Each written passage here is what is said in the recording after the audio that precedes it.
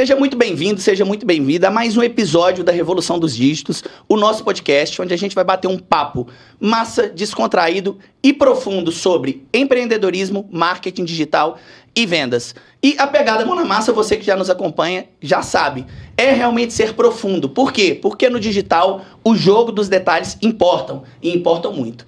E hoje eu tenho a satisfação e a honra de receber diretamente dos Estados Unidos uma convidada muito especial, doutora Kellen Abreu, especialista em finanças e mentora, que tem uma nobre missão de reduzir drasticamente a mortalidade das empresas no Brasil através de estratégia e planejamento financeiro. Doutora Kellen, seja muito bem-vinda ao nosso podcast, é um prazer enorme ter você aqui com a gente hoje. Beleza, prazer todo meu. Vamos democratizar essa finança aí para todo mundo de uma vez. Vamos quebrar esse tabu, né? Vamos quebrar. Porque parece que falar de dinheiro dentro de empresas, principalmente do mundo digital e em negócios que são muito novos, parece que é um tabu muito grande. E hoje a gente vai tirar esse véu e vai mostrar que pode ser muito simples e muito fácil fazer o básico bem feito, e é o básico bem feito que geralmente traz 80% do resultado, seja em qualquer área, marketing, vendas e principalmente na gestão financeira do seu negócio. Então aqui comigo também está a minha parceira de sempre, co-host, Natália Gonzaga. Seja muito bem-vinda, Natália Gonzaga. Obrigada. Então vamos lá. Doutora Kellen, primeira pergunta para a gente poder abrir esse bate-papo aqui. Qual que é a importância e o peso de um planejamento financeiro, de uma gestão financeira em um negócio independente do seu tamanho? Simplesmente é saber se o negócio vai continuar ou se ele vai quebrar. Simples assim. A gente define um sonho, né? E aí foca um monte de coisa na empresa, menos o financeiro. E só vai olhar ele na hora que começa a faltar dinheiro. Ou seja, a pessoa se atenta para que isso existe somente na hora do sufoco. Ou seja, é sempre na reação e nunca de forma antecipada no planejamento. E a gente percebe, né, Nath, que dentro desses anos todos no digital, principalmente mentorando outros negócios de diversos nichos, que realmente as pessoas não se atentam para a questão financeira desde o início. Ou é quando cresceu demais, ou é porque está morrendo. Eu acho que isso tem muito também uma pegada de que o empreendedor, ele normalmente, a maioria, não todos, mas cria uma empresa muito na cara e na coragem. Ou às vezes porque tem alguma necessidade, enfim. Então, assim, o empreendedor, normalmente ele não foi estudado para isso, né? As outras profissões, você tem uma faculdade ensinando o que você tem que fazer, médico, dentista, enfim. O empreendedor é muito na cara e na coragem. Então, eu acho que é muito na tentativa e erro. Então, eu acho que, de fato, é uma dor que vai chegar ali muito só quando o sufoco aperta, né? E uma coisa que é importante, que eu falo assim, cara, primeiro, parabéns por você criar um negócio, eu acho que é muito corajoso, porque se ele soubesse de todas as nuances, né, ele não teria começado. Bom, então, excelente. Isso mesmo. Muito bom. Geralmente, né, o economista, o cara financeiro, o administrador, geralmente ele não abre negócios, porque ele sabe do perrengue. Não quero desestimular ninguém, mas é muito bom. Porque quando ele vai fazer todo o plano, né, ele começa a ver que o plano não é bem assim. O buraco é bem mais embaixo. Mas o empreendedor, isso, também me considero uma empreendedora serial, inclusive.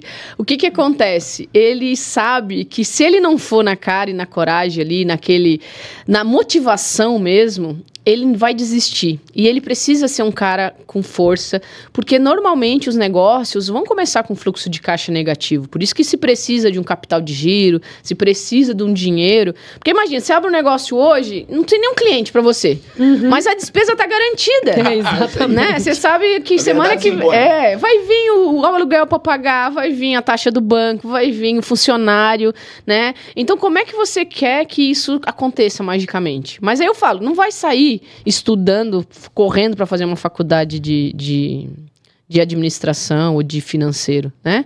Pegue alguém que conheça sobre isso, eu acho mais inteligente, e você foca naquilo que você sabe fazer bem feito. Acho que esse é o ponto mais importante. Show de bola. Doutora, aproveitando aí o gancho que você falou que é uma multiempreendedora serial. Fala um pouquinho para quem está te conhecendo aqui hoje através desse podcast. Apesar de ser uma pessoa muito conhecida nos bastidores de grandes players, não só do mercado digital, mas principalmente dentro do mercado digital, é a mente por trás aí da gestão financeira de muita gente que talvez você esteja me vendo aqui e já conheça. Conta aqui um pouquinho da sua história pra gente, essa trajetória, como é que foi essa entrada no mundo financeiro e quais são os negócios que você está à frente hoje? Ah, legal. Vamos resumir, mas eu tinha mais ou menos uns 7 anos e minha mãe é costureira, meu pai é pedreiro, mas a minha mãe, um cara foi lá até do Sebrae e disse, você tem que abrir um CNPJ, porque daí você contrata mais pessoas e aí abre uma empresa. E ela estava lá ainda numa forma meio que muito pequena, pagava as contas e tudo. Aí a coitada da minha mãe foi lá abrir o CNPJ e ela não sabia nada do que era isso. Né? Interiorzão, 10 mil habitantes. Minha mãe tinha assistido a 2ª série primária, né? E, cara, quando eu vi, até hoje eu lembro daquele cartaz que o cara foi lá e ainda colou, assim, né? Na garagem de casa. E aí deu um tempo, a minha mãe tava com o CNPJ bloqueado. CNPJ bloqueado, e eu falei, cara, mas... E eu vi o sofrimento dela, não sabia nenhum motivo. Mas só ficou gravado que é porque ela tinha aberto uma empresa e o CNPJ dela, o CPF dela tinha ficado bloqueado. E aquilo pra mim ficou assim, cara, eu nunca vou querer que alguém sofra o que a minha mãe sofreu porque abriu uma empresa.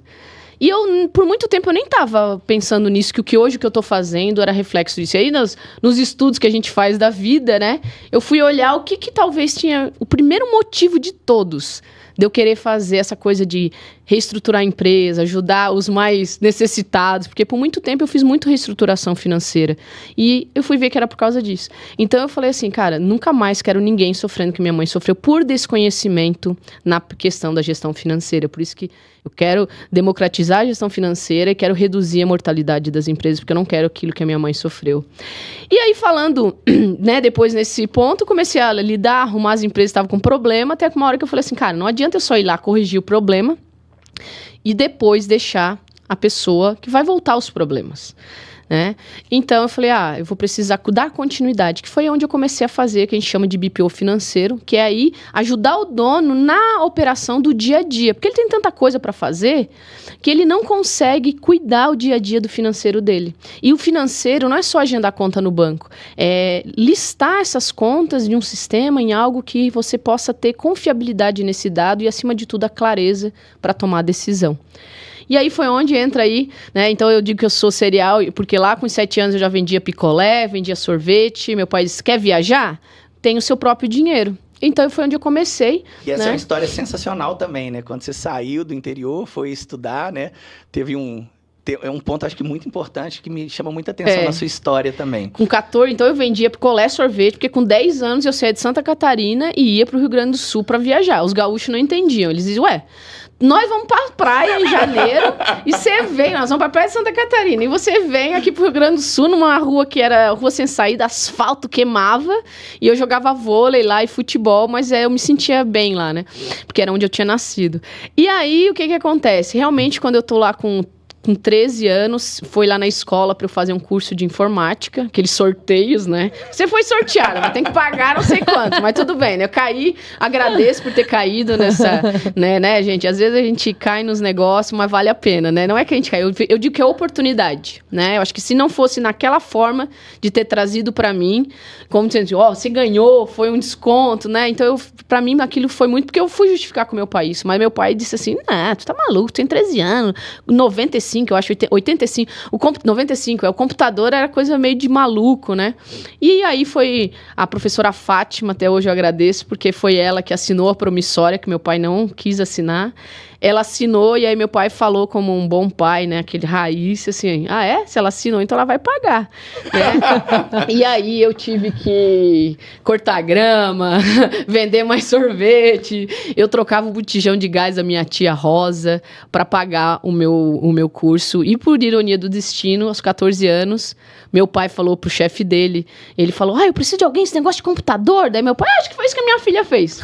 Num domingo, o chefe dele, da construtora, foi lá e me contratou, né? E aí, passando, fui morar sozinha com 14 anos, graças ao esporte, não me meti em nenhuma coisa ruim, mas fui para Floripa, fiz lá meu ensino médio, minha faculdade, e aí depois fui para Angola, abri minha empresa de consultoria, porque quando eu fui para Angola, eu falei assim, cara, tô fazendo isso tudo para os outros, né? Vou fazer para mim, que eu trabalhava numa empresa de consultoria também. E aí depois que eu vi que comecei a fazer consultoria, eu arrumava as empresas, mas eles precisavam de alguém dando continuidade, aí comecei a fazer BPO. Até uma hora que não deu mais para eu fazer sozinha, E aí teve um acontecimento que a minha cunhada se acidentou. Ano de casamento, né? Aquela coisa. Às vezes as pessoas acham que o mundo é tudo lindo, né? Assim, linear, perfeito, né? Mas eu acho que são nessas quedas que as coisas às vezes acontecem. Hoje eu sou assim, quando alguma coisa ruim acontece, eu assim, qual é a parte boa que vai vir na sequência? Né? Então eu não fico lá, meu Deus, vida, né? Então isso pra mim sempre parece um trampolim. E aí quando a minha cunhada, no ano de casamento, ela se acidentou, e ela 30 dias lá, já dada como morta, ela tem lá no jornal lá, que morreu, né? Mas, graças a Deus, ela sobreviveu, mas veio pra casa de cadeira de rodas e tal. E falei, cara, essa guria sozinha em casa vai se matar, né? E eu perguntei pra ela era formada em pedagogia, formada em pedagogia. E aí eu perguntei, você quer me ajudar nas coisas aí de financeiro dela? Se tu me ensinar, né? E aí eu fui ensinar pra ela, comecei a ensinar como ela entrava no Santander e baixava o comprovante. Foi assim. Então, eu fazia as gravações, mandava pra ela, porque eu tava em São Paulo e ela em Santa Catarina. E aí, descobri que ela teve um problema no olho. Então, quando eu cheguei do lado dela, ela não enxergava ainda desse lado. Eu disse, putz, lascou, né? A jornada do empreendedor aí, ó. Você que tá empreendendo aí, ó, e no primeiro obstáculo já pensa em desistir, né? Escuta aí que tem muito aprendizado e experiência aqui hoje pra você. Aí, foi outro videozinho, fui mostrando. Daqui a pouco, ela tava uma BPO formada, né? E aí, começou o pessoal, e aí, como é que faz isso? Você é pedagoga, mas tá trabalhando em casa? E aí, virou o vucu-vucu. Só que daí, o que acontece? Como eu queria salvar as empresas, eu achava que era o dono que precisava saber da gestão financeira. E eu cheguei assim, eu vou fazer um curso de rotinas financeiras pro dono da empresa. E aí até um dia que um cara falou, e não vendia nada, o negócio não ia. Até que um dia um cara de uma mentoria falou assim, Kelly, mas eu não quero fazer esse negócio, eu nem quero aprender isso. Eu quero alguém que faça pra mim. Daí foi onde assim, opa. Veio o estalo. Então veio o estalo, né? Então agora não é mais rotina financeira, agora vai ser o BPO e vai ser para quem quer aprender essa profissão, para ajudar esse empresário. Então eu tive que dar uma volta, embora o meu objetivo continua o mesmo, mas eu tive Só que por um caminho diferente, por um caminho né? diferente. Eu acho que é muito legal quando você tem essa clareza do que você quer lá na frente, porque o meio, tem hora que vai ser um, daqui a pouco vai ser outro, mas se você continua nessa missão, ela vai. Magicamente as coisas acontecem. Com muito suor, mas magicamente, depois de 10 anos, os 15 acontece. Da noite pro dia em 10 anos, né? Deu sorte em 10 anos fazendo a mesma coisa, dia e noite, sábado e domingo. Ela teve a sorte de construir algo hoje muito bem sucedido. E aí, fechando só com... Quando isso eu vi, cara, mas tá dando muito trabalho. Sistemas que eu não conseguia entregar o que eu queria entregar para o meu cliente, com a confiabilidade, com a clareza e segurança. Aí eu inventei, né? Eu digo, a minha filha até fica com ciúme, que eu digo que é o meu filho, que eu não tive, né? Que é o Yuli, que é um sistema de gestão financeira focado no infoprodutor e empresas de serviço. Que aí é você ter tudo ali, não precisar de planilhas. Eu sei que essa aqui adora planilha. Eu adoro uma planilha. Você tá falando com uma fã de planilha aí, ó. Você já conhece a figura. Mas o ponto importante do Yuli é que é para ele ser simples, fácil e eliminar as planilhas para gerenciar o seu negócio na gestão financeira. Então, assim, é para estar tudo ali. Se precisar de planilha, tem alguma coisa errada. Inclusive, a gente usa o Yuli, tá? Tô desapegando ainda, não desapeguei 100% da planilha não, mas a gente tá no... É isso mesmo. A gente tá no Yuli. Gostando muito, né, Nath? Gosto bastante. E, nossa, sensacional. Agora fala pra mim aqui, pro pessoal de casa também conhecer um pouco mais a doutora Kelly, quantas formações e especializações nessa jornada de conhecimento que você foi buscar, não só aqui no Brasil, mas fora do Brasil, para poder compor toda essa capacidade também aliada à experiência prática que você tem de colocar a mão na massa e tá no campo de batalha ainda hoje, à frente com alguns clientes que eu sei que você tá lá fazendo a gestão pessoalmente financeira dessas pessoas, desses grandes empreendedores. Uma coisa que, só para não confundir, às vezes as pessoas acham que tem que ficar estudando a vida inteira. Eu não discordo com isso, hoje não tem como você não estudar, mas um grande erro é as pessoas só estudar e não colocar em prática. Então, eu sempre gostei do nome, né, de vocês quando fala mão na massa, porque eu sou dessa. Então, o que eu coloco? Se eu vou fazer um curso, ele tem que ter um objetivo final. Não é o estudar por estudar. Mas, quando eu vou fazer esse curso, ele tem que dizer, cara, eu vou fazer esse por este motivo e vou aplicar. E aí eu brinco porque... Quando eu fiz a minha faculdade de administração, um ano antes eu estava com o meu TCC pronto. Por quê? Porque cada disciplina, e eu trabalhava numa escola particular, cada disciplina eu ia lá na escola e testava. Aí eu ia lá, já fazia um capítulo do meu TCC. No outro... Então, meu TCC, ele tem toda a gestão de um negócio em todas as áreas que eu estudei na faculdade. Então, por isso que hoje eu consigo, de uma forma, parece que simples, olhar o todo do negócio. Mas porque quando eu fui fazer minha graduação, eu falei assim, cara, eu vou fazer meu TCC com isso e eu vou, em cada disciplina, eu já vou fazer uma parte do meu TCC. Então, um ano antes, meu TCC estava pronto. Mas vamos lá, então sou formada em Educação Física, porque eu sempre gostei de esportes e futebol.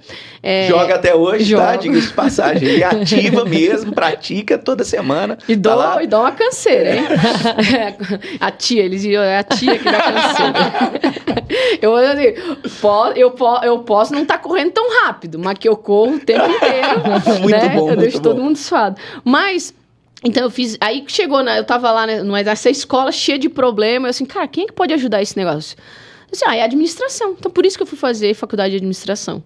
E aí, depois eu fui fazer educação física no mesmo vestibular, porque tinha a Universidade Estadual e a Federal em Florianópolis. Então, eu fui lá e fiz os dois e passei nos dois.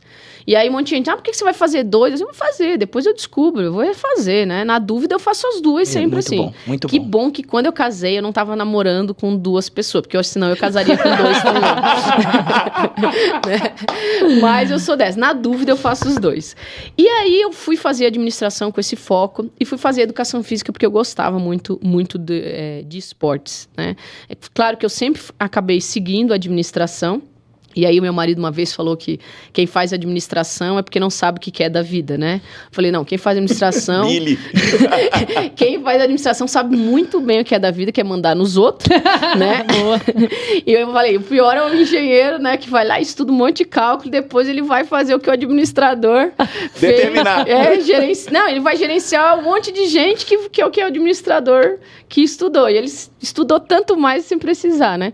E o administrador mais de leve ali, né? Lá em Floripa, a universidade, assim, o centro de engenharia era de um lado do Rio e do Ciências Sociais, que entrava, né? Ciências Sociais e Econômicas do outro. Daí o pessoal da engenharia dizia, lá o pessoal do outro lado do Rio, né? Menosprezava a gente. Mas tudo bem, a gente mostra na prática, né? E aí depois eu fui fazer o mestrado também em gestão. Aí eu fiz o mestrado em gestão estratégica e passei de novo os dois, nas duas universidades. Aí dessa vez eu aprendi, né? Meu professor falou, não, faz um só. Os professores daqui vão ser os mesmos, vai aprender a mesma coisa, vai na outra lá fazer para te ouvir outros pensamentos, né? E beleza, eu tinha parado aí. Mas no meu plano já tinha que eu queria fazer doutorado também.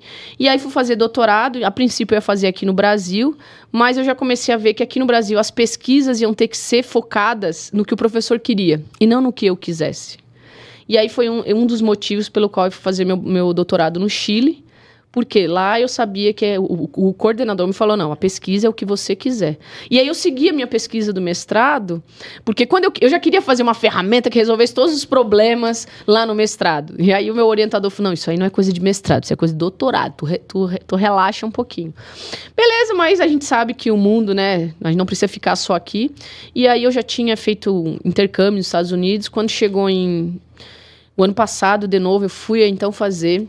já achando que sabia bastante coisa de finanças, não, mas vou lá fazer na Universidade Americana, eu fiz lá finanças corporativas, né, só para ver se o mercado dos Estados Unidos é a mesma coisa que o nosso, até porque a gente tinha planos de ir para lá, então foi onde eu fui para Ohio, voltei, sentei na cadeira, né, das 8 às 5, fazia tempo que eu não fazia isso, com a molecada lá, né, mas valeu a pena, e aí foi onde a gente se mudou agora esse ano.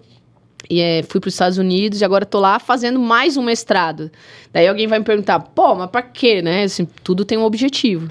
Então, quando eu fui olhar que fazer o meu curso de inglês lá para falar, estudar inglês para fazer palestra, né?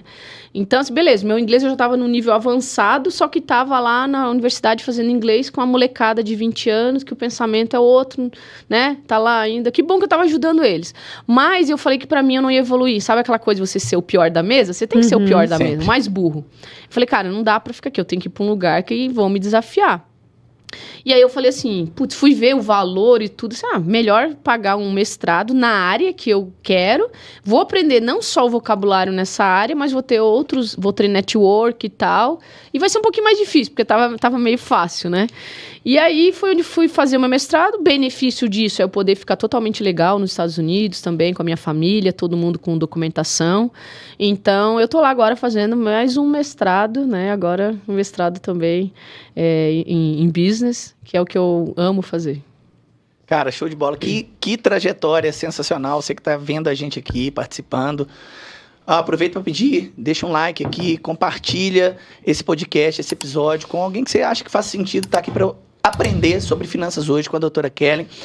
E você pode perceber que existe algo muito em comum entre quem empreende, realmente que tem empreendedorismo no sangue, na veia, que é ser movido por desafios. Se fala muito aí, se sentir confortável no desconforto, né? Mas é bem essa pegada mesmo, né? A gente que empreende, né? Parece que tem um bichinho ali que, cara, você precisa estar sempre buscando novos erros, né? Errar coisas diferentes. Porque a doutora Kelly falou uma coisa que eu guardei aqui na fala dela, contando a trajetória e a história, que é o aprendizado, gente, ele tá no erro. Ele não está no sucesso. O sucesso ele é consequência, muitas vezes, de várias tentativas não bem-sucedidas passadas.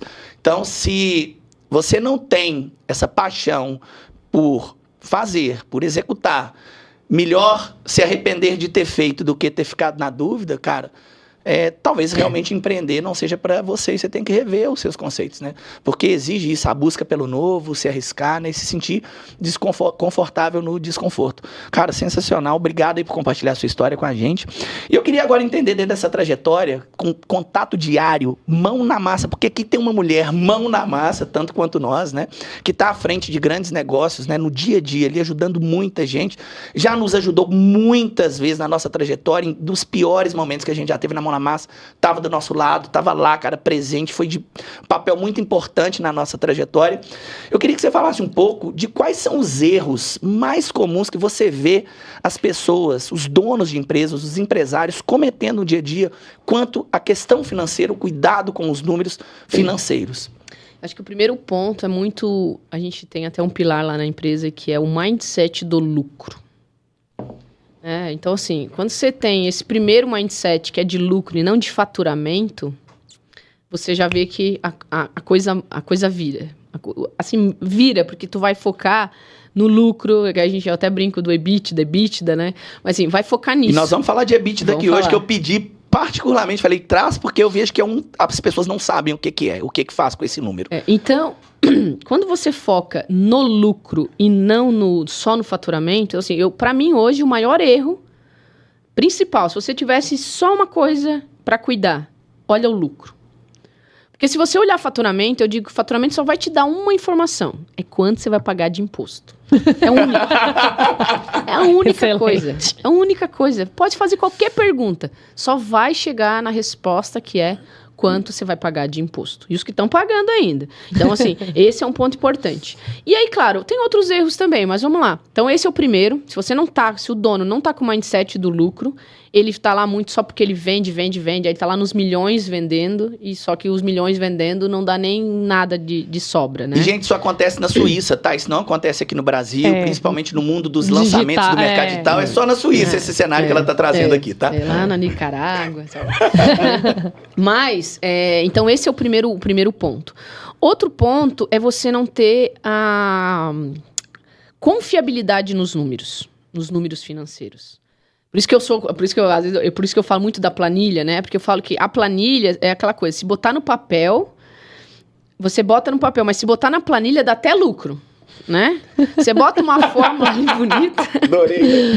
Então você bota lá uma forma bonita, deu lucro, né? Então, assim, por exemplo, o papel aceita tudo e na planilha dá até lucro. Isso é de fato, né? E aí, cada um que for mexer na planilha, cara, tem a chance do negócio ficar diferente. Dá mais lucro, né? Dá mais lucro ainda, né? Então, ou seja, pior do que não ter números é ter números errados, né? Pior ainda, né? Então, por isso que a gente é muito esse pilar, né? De você ter o mindset do lucro, depois você ter a confiabilidade dos dados, mas é confiável, gente, no último nível.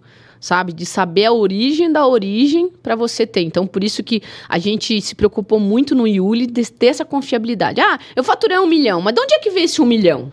Eu tenho que clicar na venda, veio lá da Hotmart, da TikTok. Eu tenho que ver da onde que veio o número do João, do Pedro, do Paulo, que vai dar aquele lá. Mas o mais importante é eu saber que aquele valor não é o que vai entrar na minha conta. Né? Que eu ainda tenho que deduzir a tarifa, o imposto e tal, porque é outra enganação. Então, por isso que essa confiabilidade é importante, porque no dono, ele vai fazer aquela conta assim, vende 1 milhão, aí milionário. Ele já fez conta para gastar 1 milhão. Né? E aí eu digo que tem a gestão de guardanapo, né? A gestão de guardanapo é assim, cara, beleza, você não precisa ser craque, mas olha lá, 100, já tira 10 de imposto, vamos fazer a conta fácil, né? Já tira 10 de imposto, já não sobrou mais 100, já sobrou só 90. Só que às vezes o dono já faz despesa para 100. Né? Então, quando ele não tem essa clareza, e aí no digital ele esquece da tarifa da plataforma. Né? Aí ele vai lá e ele diz, 1 milhão. 1 milhão ele esqueceu do imposto. Já sai mais 10 já saiu. Não, 1 milhão vai sair 100, né? Aí já saiu mais a plataforma. Né? Então, vamos lá no 100 que a conta é fácil. Gestão de vamos lá, 100. Aí 90, só sobrou 90, que pagou 10 de imposto. Quem tá pagando mais do que isso já tá jogando dinheiro fora. Eu ia até trazer isso, depois já respondeu aí. Vamos fazer digital. Vamos fazer a conta fácil. Então, olha lá. Tá 100, tirou 10, sobrou 90. Só que ele esquece de outra parte, que é o reembolso. Né? E o que acontece? O que o cara do marketing ele grava na mente? Gente, dá briga entre sócios. Se um é do vendas... Não, mentira, que é isso? Não, e o outro é do financeiro. Porque o cara de vendas, ele vai achar que o financeiro tá roubando. Por quê? Porque no dia do lançamento, todo mundo chega lá e batemos 1 milhão. Batemos. No dia do lançamento. Só que o financeiro, ele fica, não, legal, né? Aí, uns 7 dias depois, tem lá 10% de reembolso. Mas o cara do comercial, de vendas, ele continua com 1 milhão na mente dele. O que acontece? Então, saiu 10 do imposto, saiu mais o 10 da plataforma, saiu mais 10 de reembolso. Isso aí já tá com 70. Só tá só com 70. E aí, pronto. Aí o cara, já deu briga porque não entrou no caixa. E ainda nem tirou o tráfego, hein? Nem falamos de investimento em anúncios, em tráfego pago. É porque às vezes... É uma conta fácil, essa aí é a conta de padaria. O cara de vendas do marketing, ele sabe do Facebook. Mas ele esquece dessas outras contas, que já foi 30%. E se a gente quer EBITDA de 40%, cara, já morreu 30% sem você nem saber para onde é que foi. Doutora, pegando o gancho aí do EBITDA... Explica pro pessoal, na prática, o que é esse indicador e por que ele é tão importante dentro de um negócio. O EBITDA, ele vai te dar o teu resultado operacional. Vai dizer o quanto a tua operação realmente teve de resultado. O que a gente tira que não vai entrar aí dentro do EBITDA? A gente vai tirar investimentos, parcelamentos de impostos, ou seja, coisa de outras, que a gente chama outras competências, de outro momento. Então lá, no mês de outubro, eu vendi 1 milhão, tiro 10 de plataforma, 10 do imposto, 10 de reembolso, e eu vou ter meus custos, aí depois eu vou ter minha despesas variáveis. Aí eu tenho a minha margem de contribuição. O que isso também diz, né? Lá na nossa gestão de guardanapo. Essa margem de contribuição vai dizer o quanto a tua venda de cada produto tu tem de resultado. Então, cada item que você vende tem aquele resultado da margem de contribuição. É quanto ela contribui para o teu resultado. Depois disso, você vem as despesas operacionais, que é o quê? Que vai ser o que você tem ali no dia a dia. Eu sempre digo assim, sabe o que? Despesa operacional é aquela coisa igual a unha. Se você puder toda semana cortar, você vai poder cortar. O custo, quando você corta, às vezes você diminui a qualidade do seu produto. Porque o custo está diretamente na tua entrega, na tua venda. Agora, a despesa operacional, que é água, luz, telefone, né? Então, assim, isso aí, aquela TV que às vezes você... agora vou ter a TV mais bonita, não sei o que lá. Tudo isso você vai... A TV às vezes pode ser um investimento, mas às vezes o pessoal vai botando, e fica aquela conta na despesa operacional que eu falo que faça chuva, faça sol, você vai ter que pagar. Mesmo que você não vende nada, você vai pagar. E aí, depois disso, você tem o lucro operacional, que a gente coloca aqui para ficar mais fácil como entendimento de EBITDA, né? E claro, se você for na contabilidade, ela vai ter 2 impostos após o EBITDA, que é porque copiaram os Estados Unidos, né? Aí copiaram e não copiaram direito. Mas assim, nos Estados Unidos, o imposto de renda sobre o lucro, o CSLL, Porque lá nos Estados Unidos é assim, você vende o lucro seu aí que você paga imposto. Aqui não, aqui você tem imposto sobre o faturamento. E depois você ainda tem um imposto do lucro. Então, o que acontece? A gente, para todas as nossas gestões, para o dono não se enganar e depois ele achar, eu tive um lucro de tanto, e depois ele, mas eu também tenho que pagar imposto. Ele nunca vai ter guardado esse dinheiro, né? Então, aqui, o EBIT ele vai ser esse resultado da tua operação. Mas eu tinha parcelamento do passado, eu tenho outras contas, investimento, isso não faz parte do EBIT, é só a operação. Então, assim, é o que você vendeu e gastou para efetivar aquela venda e entrega dos seus produtos. E é isso que você tem que olhar, que a gente fala no mindset, é saber, cara, qual o teu EBITDA todo mês. Então, se você olhar isso, você está com o mindset focado no lucro e já não no faturamento. Acima da grande maioria das pessoas que estão no mercado empreendendo, né, doutora? Muito. E, inclusive, o EBITDA acho que é o principal número quando uma pessoa está passando por uma possibilidade de aquisição ou de receber algum tipo de aporte, de alavancar de investimento. O EBITDA mostra o quanto operacionalmente aquela empresa pode ser lucrativa ou não é isso? Isso mesmo, ela vai te dar o teu resultado do operacional e ela é um índice que é calculado para você fazer o valuation. Que é o valor da empresa.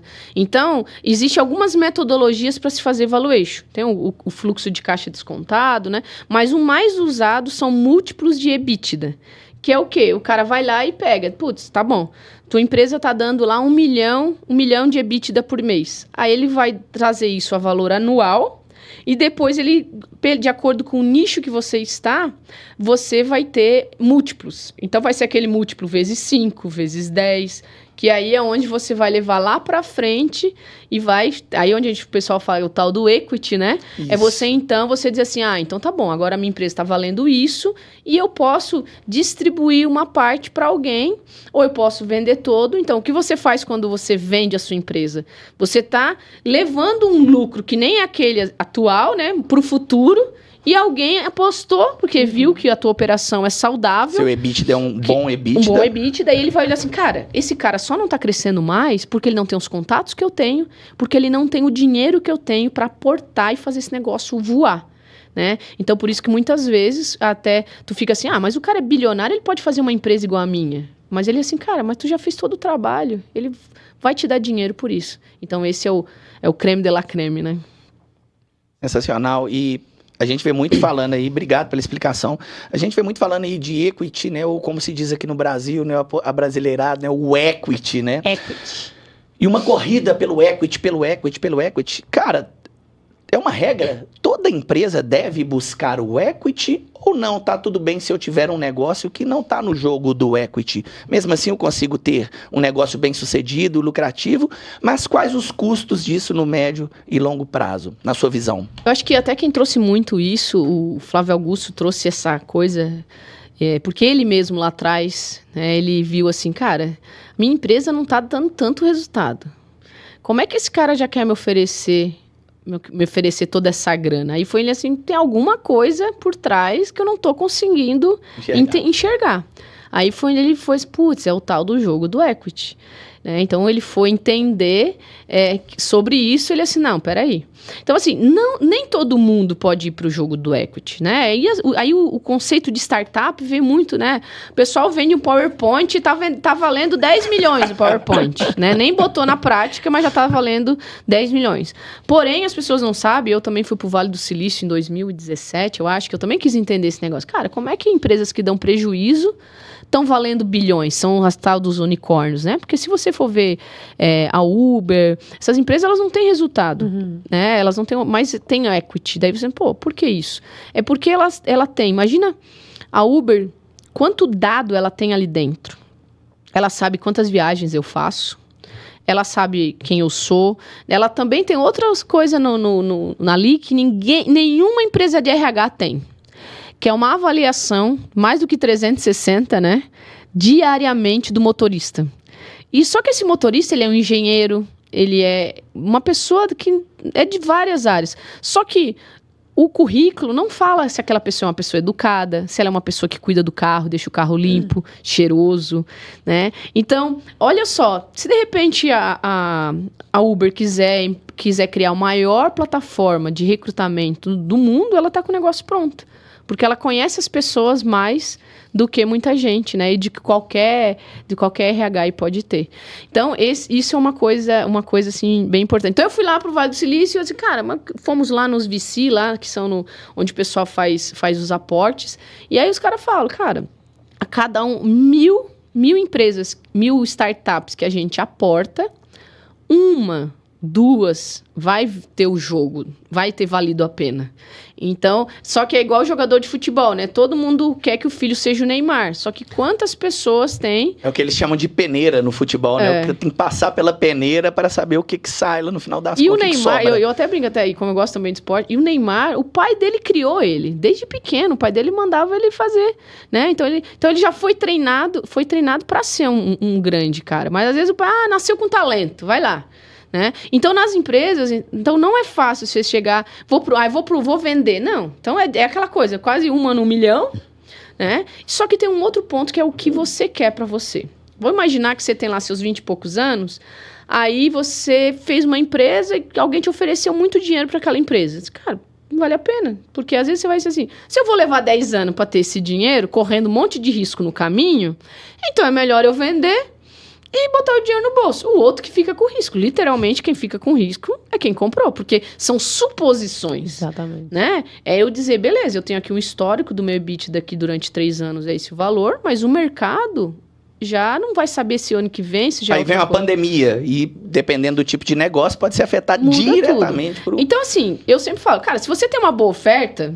avalia, né? Mas o que eu falo, o que o Flávio Augusto fez? Ele assim, cara, se eu já desse jeito ruim, os caras estão me dando esse dinheiro, deixa eu dar uma melhoradinha, deixa eu ver qual é o jogo que os caras jogam, vou dar essa melhorada, e aí sim, foi onde ele vendeu pro negócio muito mais caro depois, porque ele entendeu o jogo, né? Agora, também aquela coisa também, você faz o negócio e fala assim, tem 3 possibilidades de o fim de uma empresa. Ela pode falir, que infelizmente no Brasil a gente tem muito, ela pode ser herdada, que às vezes você tem a sua empresa e quer que o seu filho assuma, mas não tá muito... Tá meio difícil isso hoje, que a gurizada não quer. E ela pode ser vendida. Então, o que eu falo? Só que quando você organiza a sua empresa para ela ser vendida, é igual você tá em casa, a casa tá uma bagunça, toca a campainha lá na portaria. Você vai receber visita e você arruma a casa, né? Não, você não sabe que... se você sabe que vai vir visita, você deixa a casa arrumada. É verdade. Mas se você não sabe que vai vir visita, você deixa do jeito normal, né? Que do jeito normal é uma casa desarrumada. Com criança, então, né? Mas beleza. Aí, tocou a campainha. Gente, você sai correndo para arrumar. É igual muitas vezes na gestão, que não está focada em... Deixa eu organizar a minha empresa como se ela fosse ser vendida. É igual você deixar a sua casa sempre arrumada, como se você fosse receber visita. Perfeito. Né? Então que esse analogia é o ponto. perfeita. E aí, beleza. Porque senão, na hora que alguém quiser comprar, você fica, meu Deus do céu, me dá um restante. E maqueia número, e tira, esconde isso, e joga pra aquela debaixo do planilha. tapete. Então, pega... Lá em casa eu tenho uma... Pega as planilhas. Faz fechar as planilhas agora, né? Mas, quando você tem esse mindset, gerenciar o seu negócio como se ele fosse ser vendido, a tua mentalidade já é outra. Perfeito, isso aí. Galera, isso aí o ouro do podcast tá aqui, ó. É isso aí. Muitos outros, né? Mas, cara, essa mentalidade, essa analogia que você trouxe aí, de você deixar a sua empresa já pronta para ser vendida, mesmo que esse não seja o seu objetivo, né? A mesma coisa de você deixar sempre sua casa arrumada como se fosse receber visita, sensacional. E até porque, olha só, aí você pode estar pensando aí agora, putz, mas é complicado, é muito esforço. Deixa eu trazer uma questão. O que você acha que é mais difícil e mais esforço? Ser obrigado a arrumar a sua casa porque tá dando merda, ou você tá com uma possibilidade de negócio muito grande, mas tá tudo bagunçado, ou já começar a preparar desde agora, paulatinamente, faseado, toda essa gestão financeira e toda essa preparação para deixar o seu negócio pronto para ser vendido para uma grande oportunidade. O que você acha que é mais difícil? Eu vou botar em números, tá? Hoje, quando você recebe uma proposta, aí a primeira coisa que os grandes players, né, os fundos de investimento vão pedir é o tal do compliance, né, é a due diligence, que é ir lá e validar os dados do teu negócio. E aí a primeira coisa que a galera vai fazer, vai olhar os números, ver que nada bate e vai receber uma cartinha lá e começa o sofrimento. Ah, esse número aqui. E essa transferência aqui que foi pro sócio, mas tem 2 sócios. Por que para um foi 70% e para outro foi 30%, sendo que os dois têm a mesma participação societária? Já começa a abrir o problema ali. Aí o outro sócio que às vezes nem era o que estava... Ele é o mais bonzinho. Geralmente o sócio que leva esporro é o mais bonzinho, porque ele foi lá, ele pagou a conta do bolso dele e depois ele pediu reembolso para a empresa. Só que o financeiro, ao invés de ir lá e categorizar que aquilo foi uma despesa, um treinamento, foi uma viagem pela empresa, ele vai lá e coloca assim, reembolso, pagamento para o sócio. Retirada aí, do sócio. Retirada. Aí tá lá, fornecedor, sócio. Putz. Aí quando um sócio fica bravo com ele, a primeira coisa que o auditor do outro lado manda fazer, me manda uma lista de pagamentos que foram para a conta dos 2 sócios. Aí já começa. É por isso que eu digo que é o mais bonzinho que leva esporro, porque é aquele que tirou o dinheiro, pagou a conta antes, mas depois ainda foi prejudicado, tem que ficar se explicando. né? E aí, às vezes, ele é aquele que, assim, tipo, o fornecedor falou, ó, se eu vou te mandar nota fiscal, eu vou te cobrar 100. Mas se for sem nota fiscal, eu vou te cobrar só 80. Aí o sócio fala, putz, né, 20, né, então... Aí ele assim, tá bom, então eu vou pagar na minha conta e depois eu pego o reembolso pro sócio, né? Só que aí começam os problemas, porque lá na categorização eu deveria colocar que foi aquela compra, aquele treinamento para a empresa, colocar o fornecedor, que foi aquele que comprou, que vendeu efetivamente, para na hora que eu fazer o relatório de que foi dinheiro para o sócio, não aparecer o fornecedor, o nome do sócio, mas aí sim, eu fazer uma observação dizendo, ó, reembolso na conta do sócio, porque ele pagou anteriormente, né? Aí fica as categorias certinho, a tua análise do dado fica correto, e na hora que você receber uma auditoria, você não tem esse problema. Mas vamos para as contas. Aí você foi lá, recebeu a due diligence, que normalmente até eles cobram de quem vai ser comprado. Então lá, 60, 100 mil uma empresa às vezes cobra só para fazer a due diligence dos últimos 5 anos. Beleza. Só que chega lá, aí vamos fazer... Chega lá, tem um monte de problema. Aí os caras dizem assim, então, tem que arrumar isso aí. Aí chega o empresário, putz, quem vai fazer? Contrata outra empresa de consultoria, que às vezes vai cobrar lá 15, 20 pau para fazer por mês do acerto. Então, a tua conta aí já ficou bem carinha, né? Pelo preço que você, às vezes por um valor muito menor e começando do jeito certo, você já não teria essa dor de cabeça. Ou seja, você já teria a casa arrumada, né, bonitinho, pode chegar quem quiser, a hora que quiser, a um custo muito menor, né? É igual aquela pessoa que vai deixar a casa deixa a casa toda bagunçada, não varre todo dia, né? O dia que tiver a faxina depois de um mês, vai ficar mais pesado. Vai sofrer, né? Nossa, muito bom.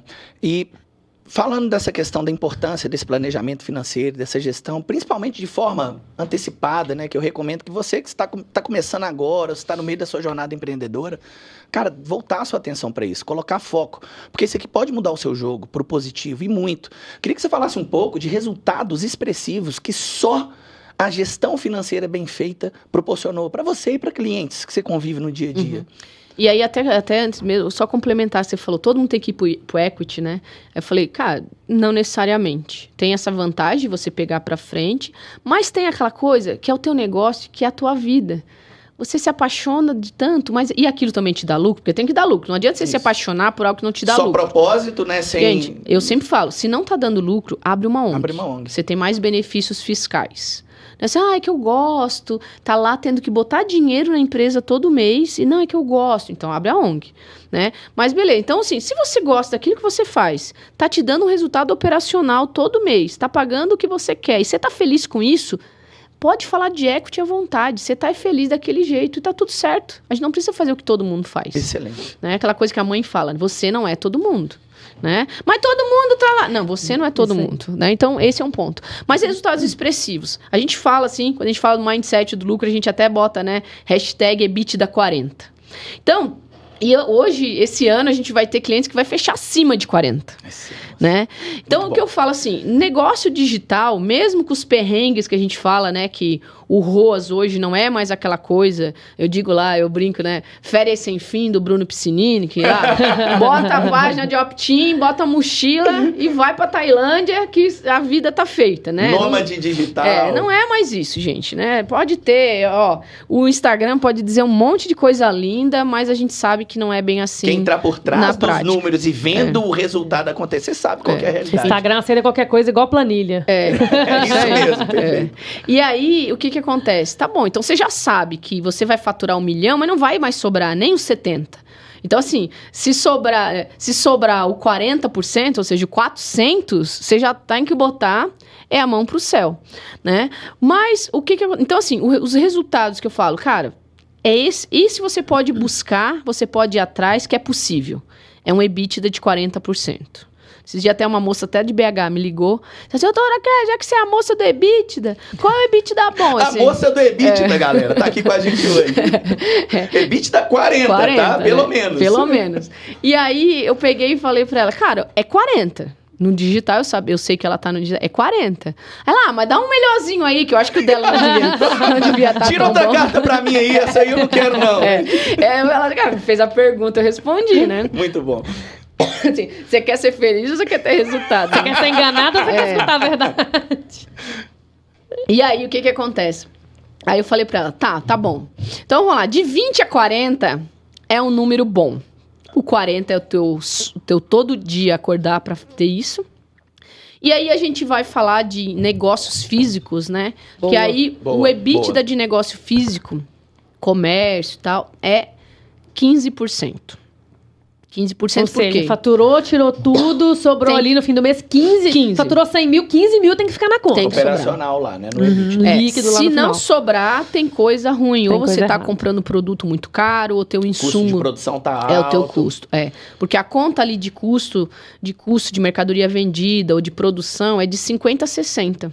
Então não tem como você mexer muito nisso. Mas às vezes eu chego, uma vez me chamaram lá num açougue, a moça, por isso que foi onde eu falei a gestão de guardanapo, é que a moça chegou lá, ela comprou um açougue pro filho. O filho estava em casa sem fazer nada, ela resolveu dar um açougue de presente pro filho cuidar. Mas tem gosto pra tudo, né, gente? Tudo é possível. Mas o cara não sabia de açougue, não tava nem aí pra vida do açougue. Beleza, cheguei lá e eu fico fazendo a perguntinha pra ela, né? Quanto você fatura? Tanto. O imposto, aí ela já... Ih, essa parte não... Porque a pergunta era, doutor, eu tô vendendo mais de 100 mil por mês, mas não sobra nada. Eu tô botando dinheiro na empresa do meu filho. Eu boto mais de 20 mil por mês. Aí eu falei, caraca. Aí comecei, então, do imposto, eu já descobri que 10 eu não estava sendo cuidado, né? Aí eu fui e falei assim, tá, mas e o teu markup, né? Quanto tu coloca no teu produto, que você compra o boi lá, como é que você coloca o preço? Aí veio o cara, não, porque eu boto 100%, né? Aí eu comecei na brincadeira, né? Disse, beleza, vamos pegar lá, olha lá, a picanha. Quanto você tá vendendo a picanha? Tá lá o preço da picanha. Quanto você compra a picanha? Não, é que eu compro o boi inteiro, aí o valor é tanto. Aí o pulo do gato, né? Eu assim, e aí ele falou, aí na picanha que ele faz a conta. Não, é que eu compro a 20 e vendo a 60. Eu assim, pô, parabéns, né? Aí eu falei, quantos quilos tem num boi de picanha? Aí, gente, acho que é menos de 2 quilos, né? Mas tudo bem. Então, assim, beleza. Aí você vai lá e a gente pega os outros, né? Aí assim, tá. Então ele pagava 23 reais. Eu assim, mas num boi, se tu compra ele inteiro, vem o couro, vem o osso, né? E aí o que acontece? Sobra. Aí eu falei, qual é essa proporção? Vamos pegar aí. Aí eu começamos, pega aí um pedaço aí que você chegou e no final você limpa tudo para vender e vamos separar. O que vai ser vendável e o que não, né? 20%. Então, o teu custo, o teu dinheiro que você acha que ia lucrar, já foi 20% embora no boi. E aí eu falei assim, e essa aqui que você vende a carne moída? A carne moída ele vendia mais barato do que o preço que ele comprava. Jogava o lucro da picanha todo fora. Só que daí, vamos lá, faz a proporção. Eu vendo quase que lá 40% de carne moída a um preço que me dá prejuízo, mas eu vendo a picanha que eu tenho 2 quilos para vender num boi inteiro com minha margem maior. Então, ali já estava errado. Porque quando eu fiz as contas, ele estava gastando 80% no custo da carne comprada. Então, se é 80 já está no custo, 10 já ficou no imposto, né? Ficou só 10. Aí faz as contas, vão lá. Quanto você gasta de aluguel? Tanto. Quando... Negativo. Pronto, 20 fechou. mil, Os de, 20 mil de aporte todo mês para contar Aí que tá, onde que... manter Aí eu fluxo. falo que é a gestão de guardanapo. Que esse é o ponto que você... Não é difícil, é fácil. Minha missão é realmente democratizar a finança, fazer com que seja fácil. Mas faz essa conta aí. Quanto que tá o seu custo efetivo do que você tá vendendo? Mas não se engane, pensa no boi. Às vezes você pode ter 20% de desperdício. Um restaurante tem desperdício. Então, Que você tem que calcular o desperdício, Tem que inclusive. calcular Tem que estar também. lá, tem que estar na planilha, não. Tem que estar no sistema, tá? Pra gente corrigir. E aí, você tem que fazer isso de forma no sistema automático. Porque hoje você compra 20, mas amanhã já tá 30. E se o teu preço não muda automático, você já tá defasado. Né? E aí, vamos lá, nos ganhos, né? Então, 40% de EBITDA é pro negócio digital. Mas como? Aí, claro, o teu maior custo hoje, ele é em tráfego. Uhum.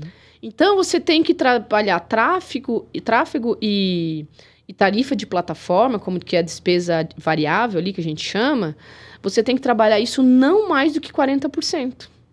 Então, o teu ROAS lá sempre tem que dar 3, pelo menos. Porque se ele não der 3, o negócio já tá ruim. E aí eu sei que depois o Érico Rocha confessou, que ele falou, né, gente? Não é ROAS de 100%, né? Por quê? Porque depois ele também fez as contas, né? E diz assim, não, gente, tem um não imposto. Não é ROAS 100 em 7, né? Então, assim, gente, também tem um imposto, também tem o tráfego. Não era só o tráfego, né? Que a pessoa diz, gente, eu botei um, voltou 2. É lindo, né? Mas se você botar 1 e voltar 2, você não teve um lucro por 100% lá, porque você tem o imposto, você tem o tráfego, você tem plataforma, você tem a entrega, você tem equipe, né? Se você vender um e-book, beleza. Bota o e-book lá, pode dar até percentual alto. Inclusive, a doutora Kelly vai lançar aqui, depois desse podcast, o e-book Picanha Milionária, onde ela vai contar a trajetória dela da pecuária, por a rede de açougues até mestre em finanças formada no exterior. Boa. Mas é algo que é muito feito no digital, né? Na hora da venda, o cara quer vender, então o cara não conta por trás ali. E hoje eu acho que menos, mas eu acho que ainda tem muito essa falsa ilusão, né, do 6 em 7, que é até o tema que a gente traz no podcast, de ser a revolução dos dígitos, de mostrar que, cara, o 6 em 7 não é 100 mil na sua conta em 7 dias. Né? Então, é algo que a gente tem visto muitas pessoas, inclusive, frustradas, desistindo, 6 desanimando. 6 em 7, de novo, vamos fazer, se sobrar 40, já bota a mão pra cima. E ser feliz, né? Pode ser feliz mesmo e vir aqui ensinar pra gente como tá fazendo aí. E aí, você falou então que o EBITDA para negócios digitais seria 40, legal, para produtos físicos 15. E para prestação de serviço? Ele vai no mesmo do digital. Ele vai no digital. mesmo. Então, eu tô ali contratando um time, prestando um serviço, eu também tenho que buscar um EBITDA 40. Isso, percebi o EBITDA 40. Por quê? A tua diferença vai ter no seguinte, lembra de uma empresa de consultoria. É o valor que geralmente é o teu custo, né, do profissional. Então, esse teu profissional vai te custar lá também entre esse teu 30 e da plataforma. Sabe aquele valor que você joga no tráfego? Uhum. É esse valor que você vai pagar, você vai deixar ali para o teu custo direto desse profissional, que é a cabeça da empresa da consultoria. Então, e se você for o consultor, o seu salário vai estar baseado... Não, vai estar baseado nesses mesmos 30%. É que às vezes a pessoa quer assim, eu sou a dona, então eu vou tirar 80. Eu faturo 100, 80 é meu. 80 é meu. Só que ela já errou a conta, porque se o meu custo tem que ser 30 e ela já pegou 80 ali, é despesa operacional e um monte de coisa. Claro, dependendo da proporção, por isso que eu sou muito a favor de home office, de não ter estrutura e tal, porque a única vez que eu tive escritório, eu paguei uma multa de 6 mil, foi a multa mais feliz que eu fiz na minha vida. Que devolver o escritório e pagar uma multa de 6 mil. Porque eu pensei assim, cara, eu tenho um escritório, tem uma moça lá, ninguém mais vai lá, fica só a secretária, nem eu vou, porque era do lado da minha casa, né? Já era do lado da minha casa pra não ter que ir lá mesmo. E aí nenhum cliente... Quando eu ia visitar cliente, era eu que ia. Quando eu ia falar com o cliente, era eu que ia na empresa dele. Porque já ali eu já olhava, já tava podendo olhar pra dar dicas pra ele, melhorar a gestão. Então não fazia sentido ele vir no meu negócio, sabe? Então porque isso é o quê? Despesa operacional que às vezes você não precisa ter. Mas tem a cultura. Faz outras coisas. Faz online a cultura. Faz um encontro uma vez no mês, né? Mas eu acho que a pessoa, ela fica mais feliz se ela não tem o trânsito para pegar, né? E aí com isso você diminui vale transporte, vale refeição, um monte de coisa aí. Então eu sou muito adepta disso. E nesse modelo também aí aumenta muito também a carga da gestão, justamente para as pessoas estarem mais distantes, você tem que intensificar os ritos de gestão, justamente para poder manter a cultura e a cadência do trabalho. Ferramentas, Porque nem todo mundo Processos, pro home office, né? É. Tem gente que não sabe lidar com a liberdade do home office. Isso eu aprendi. O home office não é para todo mundo, tá? Mesmo nos nossos BPOs a gente percebe. Tem gente que não foi pro home office. Ela é muito mais feliz pegando 1 hora de trânsito, 2 horas, mas precisa estar num outro ambiente. Né? E tá tudo certo, de novo. Não tem certo e não errado, tem que ser né? certo e errado. E tá tudo certo, né? Mas tem gente que realmente produz bastante. E ainda tem aquela pessoa que produz em casa, mas se sair e for pro restaurante da esquina, já não consegue mais produzir, né? E eu falo que... Eu nem botei no ar, mas semana passada eu estava em Atlanta e eu fechei cliente, fiz 2 reuniões, fiz sprint com o pessoal do desenvolvimento de cima da lata de lixo do aeroporto. Legal, então, quando eu falo, gente, trabalhar de qualquer lugar, é trabalhar mesmo de qualquer lugar. Mas às vezes a pessoa tem na mente assim, não, é que agora eu estou viajando, então eu não vou poder trabalhar. Não vou poder abrir o notebook. É que agora eu tô no mercado, né? Então, assim, a mesma flexibilidade que você tem que manter a sua responsabilidade. Sim. Tá, no meio do expediente... É o compromisso, o né? compromisso. Tá bom, eu tive que ir no mercado. Meu, mas se o teu cliente... Eu já fiz reunião dos mercados, do fonezinho ali. Se o teu cliente te mandar mensagem, você vai responder. E saguão de aeroporto, quantas Demais. vezes? Então, é essa liberdade que você tem que saber gerenciar com responsabilidade. Não é sumir do mapa, né? Perfeito. Então, esse é o ponto importante. Perfeito. Deixa eu só trazer um ponto que ela comentou um pouco antes, que ele acha super relevante. Prolabore. O que você recomenda em relação ao Prolabore? Eu acho que principalmente nos negócios digitais, existe muito essa confusão, né? Fiz 6 em 7, então faturei 100 mil, vou comprar um carro, importado, vou pra Disney, torrei o dinheiro todo. E bora. O que você recomenda de percentual de Prolabore que é saudável para o negócio? Beleza. Eu nem trato o Prolabore como um percentual. Qual é o entendimento do Prolabore? Tem 2 valores que o sócio tem o direito de receber. É o Prolabore, porque ele trabalha na empresa, e a distribuição de lucros. São as 2 coisas que o sócio tem direito, né? Eu digo que é o bônus de ser sócio, tá? Se ele fosse só um empregado, ele ia receber lá só o valor de Prolabore. Então, é esse conceito que tem que entender. E se o sócio também não trabalhar no negócio, ele pode receber só a distribuição de lucro e não recebe o Prolabore. Não recebe o Prolabore. O conceito do Prolabore é porque ele elabora, né? Então, ele trabalha na empresa, então ele tem direito a receber esse Prolabore por ele ser sócio. Como é que eu vou definir o valor do Prolabore do sócio?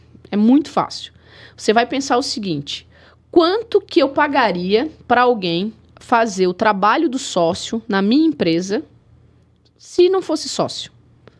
Aí começa... Eu sempre faço a pergunta antes. Eu assim, cara, hoje você faz o quê? Eu sou aqui da gerente e tal. Assim, beleza. Cara, vamos fazer o seguinte, vai viajar, vai curtir a vida. Quanto você acha que a gente tem que pagar para alguém para ficar no teu lugar aí nesse trabalho dele? 5 mil. 5 mil já tá bem pago. Excelente técnica. Né? Muito bom. E aí, depois eu falei assim, beleza, então agora vamos acertar qual vai ser o teu Prolabore. Porque você faz essa função, né? Ele, eu disse, então, quanto é o teu... 50. Assim, por que a medida muito tá outra? Muito proporcional, né? Então, beleza. Ok, ele pode tirar 50 no mês, mas ele vai tirar lá na distribuição de lucro. Primeiro, porque o EBITDA dele vai diminuir se ele, ao invés de botar um Prolabore de 5, ele botar um Prolabore de 50. Segundo, qualquer empresa que for comprar a empresa dele já vai olhar assim, mas nunca que eu vou pagar para uma pessoa que faz isso 50 mil reais. Já tá. Então, ele já perde no EBITDA dele, que vai diminuir. Se ele for fazer um valuation, vai reduzir o valor muito da empresa dele. Então, aí já é o primeiro ponto. Olha como é que o negócio está todo interligado e cascateado, gente. É isso aí. Então, já diminuiu lá o EBITDA dele, aí ele multiplica aquilo por 10 vezes 10. Olha só, 50 vezes 10 vezes 10, olha o valuation dele como já diminuiu. Beleza. E outro ponto é, para não se enganar. Porque daí ele acha que, como ele é o dono, a empresa tem a obrigação de pagar um salário lá de 50 mil, porque é a despesa dele que ele tem em casa. Luxo, né? Beleza, mas ele tem o bônus de ser o sócio. Então, ele pode tirar os 50 focado no lucro. Então, pensa o seguinte, se lá no começo ele botou o mindset do lucro, focado no EBITDA, ele vai definir o Prolabore dele baseado no que é o mercado também e o tamanho da minha empresa. Então, vamos lá. Ok, um gerente financeiro numa empresa de médio porte é 10 mil reais. Mas um gerente financeiro numa multinacional vai ser 15, 20. Agora, a empresa dele é uma pequena e uma média? Comporta, né? Comporta, ou ela é uma multinacional? Então, é a mesma proporção. Por quê? Na minha linha da gestão de guardanapo, a minha despesa operacional ela não pode ultrapassar 10%. Só que não é que se ela faturar muito vai continuar o 10% também. Não, a hora que eu conseguir reduzir manter a minha despesa operacional estável e aumentar o meu faturamento é onde eu chego na escala, né? Eu consigo aumentar o meu faturamento com uma despesa operacional... Sem crescer a despesa operacional proporcionalmente, proporcionalmente. Né? Então, essa você tem que segurar. Agora, e aí vou dar um exemplo prático. Vamos imaginar que eu sou sua sócia, você cuida do financeiro e eu sou a faxineira. Eu tenho 50% da sociedade, você tem 50% da sociedade. Beleza. Quanto que ganha uma faxineira numa empresa? A faxineira vai ganhar lá R$1.500, R$2.000. Quanto que ganha um gerente financeiro? Então, se você está fazendo o papel de gerente financeiro, o teu Prolabore vai ser de 10 mil. Mas se eu estou fazendo o papel de faxineira, o meu vai ser de 2. E aí isso aí dá um pano pra manga, não dá? Mas a hora que eu for distribuir lucro, 50% é meu do lucro, 50% é seu. Perfeito. Mas isso é muito importante, que é uma coisa que eu gosto de fazer antes, que é o acordo de sócio. Porque daí você vai dizer, cara, o meu papel vai ser esse, o teu vai ser esse. Por essa função você vai receber tanto, porque no mercado e no tamanho da nossa empresa, esse é um valor que nós pagaríamos para alguém fazer essa função, e tá tudo certo, e nós vamos dividir nossa participação 50%, 50-50, nós vamos focar no lucro. Ok. E também vai chegar uma hora que a faxineira pode dizer assim, eu vou dizer assim, cara, não tô afim mais de trabalhar na empresa. Vou contratar alguém para fazer a faxina. Pode botar aí, porque eu já estava recebendo aquele valor da despesa operacional da empresa. Então, não é mais uma despesa que vai vir. Não, já era, só vai substituir. Eu, como sócia, fazia faxina, botei uma faxineira no meu lugar. Agora, eu tô lá recebendo o meu lucro, que é os 50% do resultado da empresa. E assim, você pode começar bem, seguir bem e até terminar bem. Se um dia a sociedade não quiser seguir, tá tudo muito explicado nesse acordo de sócio.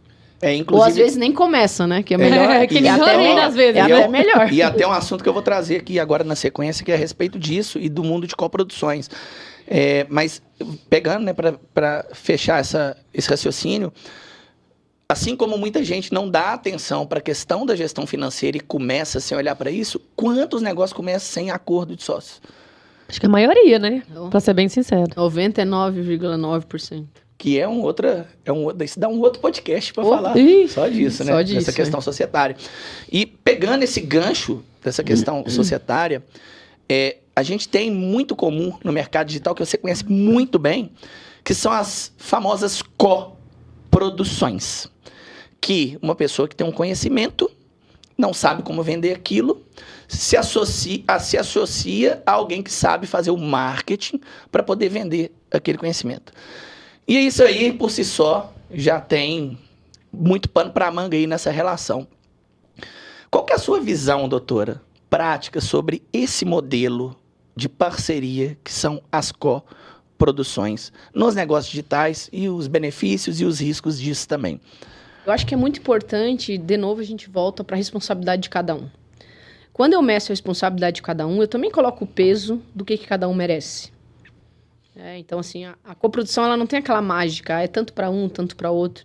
Acho que eu tenho que olhar o que é a responsabilidade de cada um. Vamos imaginar o seguinte, se eu sou a autoridade que estou lá fazendo o meu papel de especialista, vou entrar lá na live, vou gravar as aulas e tudo, mas eu tenho uma coprodução que faz todo o resto para mim, cara, se eu ficar com 30 ou 40 e não ter mais nenhuma dor de cabeça, tá ótimo para mim. O outro ele investe, ele entrega. Agora, vamos lá, o outro lado da moeda. Eu tô lá, sou autora, mas eu tenho a minha estrutura física, que eu tenho atendimento, que eu tenho uma equipe de vendas, que eu tenho uma equipe de suporte, que eu tenho um monte de coisa. Aí a resposta fácil é, cada um olha o seu DRE, faça a sua gestão de guardanapo e veja, dentro das responsabilidades, se cada um vai conseguir o seu EBITDA daquilo que deve ser. Entendeu? Aí onde você vê o equilíbrio de todo mundo.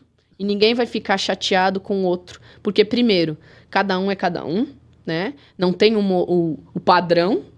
Como eu foco em lucro, eu quero lucro dos dois lados. Do jeito justo mesmo. Então, assim, você vai fazer tudo. Por que eu vou ter que ter 50? Meu, se você vai fazer tudo, eu vou fazer uma parte. Mas aí, às vezes, o produtor diz, mas eu que sou autoridade. Deus, cara, ok, mas também se você não tivesse o outro lado, você só ia continuar sendo mais alguém sem essa receita. Né? Então, agora também, às vezes, o coprodutor, às vezes ele só quer ser o gestor de tráfego, aí quer ganhar 50%. Exatamente. Gente, faz a continha. Olhe para o lado do seu parceiro, você vai ver que o seu parceiro não vai durar muito tempo e você não vai ter um contrato de mais de 1 ano. Porque a hora que esse produtor ter alguém, que somos nós, que vamos olhar no lucro, e a gente vai ver que um gestor ganha 50% do que é faturado, sem qualquer preocupação com ROAS e com lucro... E risco, é um negócio insustentável. Não tem como. E aí, você, ao invés de você ter um trabalho de longo prazo... feliz, porque para mim, parceria, ela tem que ser boa para os 2 lados. Se tá só bom para um, tá errado. Tá errado, porque logo em seguida, sabe aquela coisa do ganha-ganha? É igual relacionamento, né? Ganha-ganha. Só um. Daqui a pouco o outro vai fazer as contas e vai dizer, caraca, como eu fui burro, né? O negócio, teve um cliente nosso que ele economizou mais de 2 milhões em 1 ano, só por essa conta. Isso foi lá nos anos de 2018, veio um parceiro que diz, eu quero que você me pague 20 mil por mês para manter a minha equipe. O gestor de tráfego tem que receber 20 mil fixo para manter a equipe dele e ele ainda ia ganhar mais um percentual sobre o faturamento. Eu falei, cara, imagina se o negócio dá ruim. Você tem que tirar dinheiro do seu bolso para pagar o gestor de tráfego. Né? Então, assim, a gente pegou e falei, cara, não assina esse contrato. Vamos melhorar aqui. Vamos tirar esse 20 fixo, porque se ele é bom, ele tem que provar que ele é bom. Isso aí, garante. Garante.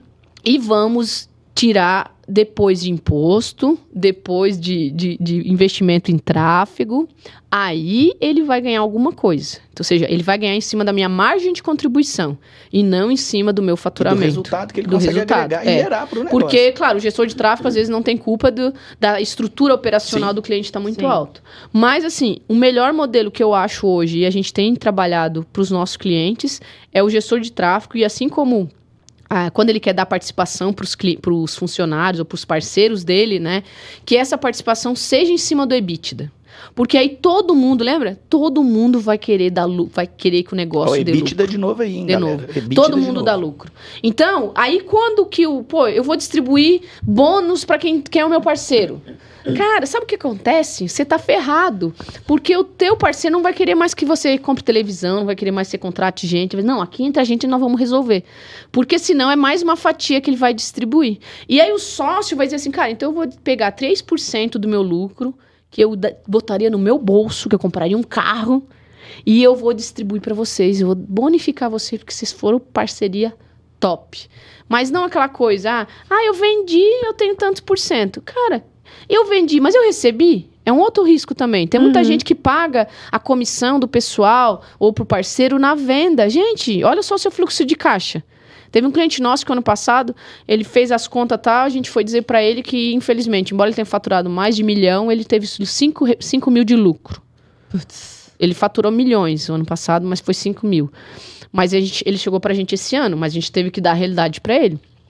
E aí a gente foi ver que, assim, ele pagava lá, o vendedor dizia lá no CRM que tinha vendido 20 mil. Aí ele pagava sobre os 20 mil. Só que aquela parcela de 20 mil ele ia receber em 12 vezes. Aí ele tem no primeiro mês que dá o dinheiro para o vendedor, correu o risco de não receber e ter inadimplência, e ele ainda corria o risco ele ainda tinha que pagar o imposto, tudo no primeiro mês. E aí ele chegava lá e não recebia. E o pior, tá, gente? Quem usa CRM e tal, tem que ficar junto com o financeiro para pagar. Então o melhor modelo de pagar é pagar sobre o recebido e validar no financeiro. Porque o CRM tá quase a planilha também. Ele aceita tudo lá. Você bota ganho. Ganho. Perfeito. Né? É o ganho. Aí põe lá o valor total. Dividiu de 12 vezes na negociação. Aí você já ficou com o caixa negativo no mês seguinte. Aí você tá comemorando e chega lá no final das contas não tem dinheiro. Cadê o dinheiro? Só trabalha, não vê o dinheiro no final. Então, é isso que é importante. Por isso que eu falo muito de EBITDA e dinheiro no bolso. Né? Cara, é dinheiro no bolso. Se o dinheiro não entrou no seu bolso, pode estar na planilha, pode estar o que for. Mas o que importa é a conta. Tem que bater na conta, a conta corrente, tem que estar lá. O que adianta ter 1 milhão de lucro lá no sistema, mas a conta tá lá no negativo? Né? Uma vez eu fui fazer uma palestra numa empresa de contabilidade E aí eu pedi pro contador, eu disse, faz um favor para mim, você pega o DRE de todos os clientes que vão vir aqui na palestra e deixa dentro de uma pastinha para eles. O DRE contábil, né? Pegou. Na hora eu pedi para todos abrirem, né? Vocês abrem, aí, pô, gente, se DRE contábil representasse o resultado das empresas hoje, todas as empresas seriam milionárias, né? E aí eu cheguei lá e perguntei pros donos, e aí, esse dinheiro aí de vocês, tá na conta, né? Aí ele, meu Deus, se eu tivesse isso aqui... Então, mas é por isso. E aí é um ponto, né, que às vezes, claro, não é culpa dos contadores, porque também, se não informar as notas fiscais que foram gastas, o contador não consegue lançar. Então, por isso que o DRE contábil geralmente tem mais lucro do que a realidade, tá? Mas o financeiro a gente vai no último, a gente vai no dinheiro, é o faro do dinheiro. Tem que ter o dinheiro no final. Nossa, sensacional, muito bom. Doutora, aproveitando aí então, você falou sobre DRE, explica um pouquinho a importância dessa ferramenta fundamental no dia a dia de uma gestão financeira. A DRE é a demonstração do resultado do exercício, né? Claro que ela é muito mais usada na conta, ela assim, é mais popular, porque agora nós estamos popularizando ela também. Né? Eu falo assim, que nenhuma empresa precisa ter outro indicador que não seja uma boa DRE. E aí eu lembro que quando eu fiz o Yuli, a primeira coisa que a gente fez foi o DRE. Mas só que DRE não vende. O que vende é dashboard. Né? Lembra aquela planilha bonita, colorida, PowerPoint? É isso que vende. Então, embora o DRE dê toda a informação ali, ele vai te dar quanto você faturou, vai te dar a tua margem de contribuição e vai te dar o teu EBITDA, que é o que te importa. Porque assim, se o teu EBITDA não tá bom, gente, não precisa de mais nenhum indicador. Você vai ter que olhar agora, aí você dá um passinho atrás. Mas por que o meu EBITDA? Investigar, né? Por que o meu EBITDA não tá bom? Aí você vai no outro. A gente vai ver. Né? Aí, mas a minha despesa operacional. Aí onde você coloca, mas esse carinha aqui, putz. Então, onde você vai olhar? Então, se você tiver uma DRE, que a gente fala, embora esse demonstrativo seja muito contábil, mas agora estudando lá nos Estados Unidos foi muito legal, porque lá não tem essa distinção do financeiro e do contábil. Olha que legal. Tanto que eles entendem, né? Eles botam assim, contabilidade financeira. Imagina, se for traduzir, ficaria quase que... Até uma disciplina que eu tô fazendo, ela chama contabilidade financeira. Deve ser, cara, mas... Aí você vai ver que é um contábil com financeiro tudo junto, e tem que ser, não tem como separar. Mas aqui no Brasil a gente tem muito essa distinção, né? Da DRE gerencial e da DRE contábil, né? Até quando alguém pergunta assim, manda DRE, você tem que fazer outra pergunta. Qual DRE que você quer? Você quer a gerencial, você quer a contábil, ou você quer o DFC, que é o fluxo de caixa, que são conceitos diferentes. Eu acho que é até isso que repele tanto as pessoas, principalmente, querer olhar para isso, porque realmente complexo, né? Não é mas vamos facilitar. Estamos aqui para... Então, vamos lá. A tua DRE contábil, até deixa fora. Essa parte é o contador que vai fazer. Se a tua empresa não é lucro real, ela nunca vai bater com o teu financeiro. Então, deixa quieto lá. Então, corta essa. Essa aqui, só quem vai pedir para você é o banco. Tá? Aí, quando o banco pedir DRE, aí você pede do contador. Beleza. Quando você vai ter a DRE gerencial, agora vamos separar o que é a DRE gerencial do DFC, para não confundir. E, geralmente, as pessoas acham que estão vendo a DRE, mas o que elas estão vendo é uma DFC, que é o fluxo de caixa. Então, vamos lá. A DFC vai te mostrar o que entrou e o que saiu naquele mês, naquelas categorias. Entrou e saiu, ou seja, recebido e pago. A DRE, ela vai te mostrar o que foi gasto e o que foi vendido. São coisas diferentes, porque eu vendi esse mês esse copo por 50 mil. Então, mas eu gastei para fazer esse copo 25. Só que eu vendi, mas eu parcelei, ou eu vou receber só no mês que vem. Então, esse copo sendo fabricado hoje a 25 e vendido a 50, e eu vou pagar o imposto sobre 50, porque eu já vendi ele, eu vou pagar o imposto, que eu só vou pagar no dia 20 do mês que vem, se for do Simples Nacional. Então, aqui eu tô olhando o meu DRE, que é o que aconteceu nesse mês, que as pessoas falam competência, quando acontece o fato, né? O fato gerador. Eu vendi... Então, o custo dele foi esse, beleza. No mês que vem, eu vou receber só 1/12 desse copo, porque eu fiz ele parcelado. Então, vai entrar no meu caixa só 1/12, se eu fiz em 12 vezes. Então, aí eu tenho assim, pô, mas eu vendi 100, mas só no mês que... Aí, às vezes, eu faço despesa para 100 no mês que vem, mas não. Porque eu vendi 100, mas eu não recebi 100. O mês que vem eu só vou receber 1/12. Né? Então, esse é o ponto, essa importância. Por quê? É essa DRE do mês que nós vamos comparar com o nosso orçamento. Por quê? Porque aí, vamos lá, o que acontece? O DFC vai te dizer o que entra e o que sai. É geração de caixa. E se não tiver gerando caixa, gente, tá feio. No final tem que sobrar dinheiro. É assim, ó, eu falo assim, como é que explica a gestão financeira? É assim, como é que é uma boa gestão financeira? Ganhar mais e gastar menos. Resume a isso. Isso você vai ver lá no seu caixa se está dando ou não esse reflexo. O que a DRE te diz? Se vai dar merda ou não lá atrás. Lá na frente. Entendeu? Se vai dar problema ou não. Porque se você olha no DRE, é igual você faz no planejamento. Gente, se no planejado já tá ruim, imagina no realizado. Na realidade, né? Então a DRE é isso. Realidade se impõe. Se você olha esse mês, pega o DRE, que era para dar 40 de EBITDA, já deu 15, mês que vem vai faltar dinheiro fácil. Porque às vezes aquela tua venda tá parcelada, naquele mês seguinte aconteceu alguma coisa, furou o cano do escritório, deu mas não sei o quê, e aí aquele 15 que ia sobrar já não sobrou mais. Então esse é o ponto entre você ter uma DRE que vai te avisar, a DRE consegue te dar essa gestão antecipada, dizer, ó, gente, nossa margem já não tá boa. E se eu continuar isso mês a mês, eu vou consumir cada vez mais o meu caixa, porque ela vai ser reflexo. Então, isso é importante. E aí, quando você faz uma gestão por orçamento, que daí eu falo, né? Quem gerencia a sua empresa por orçamento, nunca vai quebrar, porque você vai ser avisado antes. Então, você fez um orçamento, gente, ó, nós vamos ter que faturar isso, vamos gastar isso de imposto, isso de custo, bababá, vai sobrar 40. Isso é o planejado. Aí, eu vou primeiro mês, vou lá olhar a minha DRE. Ih, já não faturei o que eu tinha que planejado. Já gastei mais na despesa operacional. Ó, o Facebook esse mês já foi mais caro. Então, ele já tá te avisando. E aí, você pode tomar alguma ação do tipo, e aí, o que nós vamos fazer para recuperar o do mês seguinte? Então, isso é uma coisa... As empresas que a gente faz controladoria, às vezes elas assim, caraca... Diferente você tá com a gente, parece que a gente começou a ter mais lucro. Mas por quê? Porque a gente pegou mais no pé.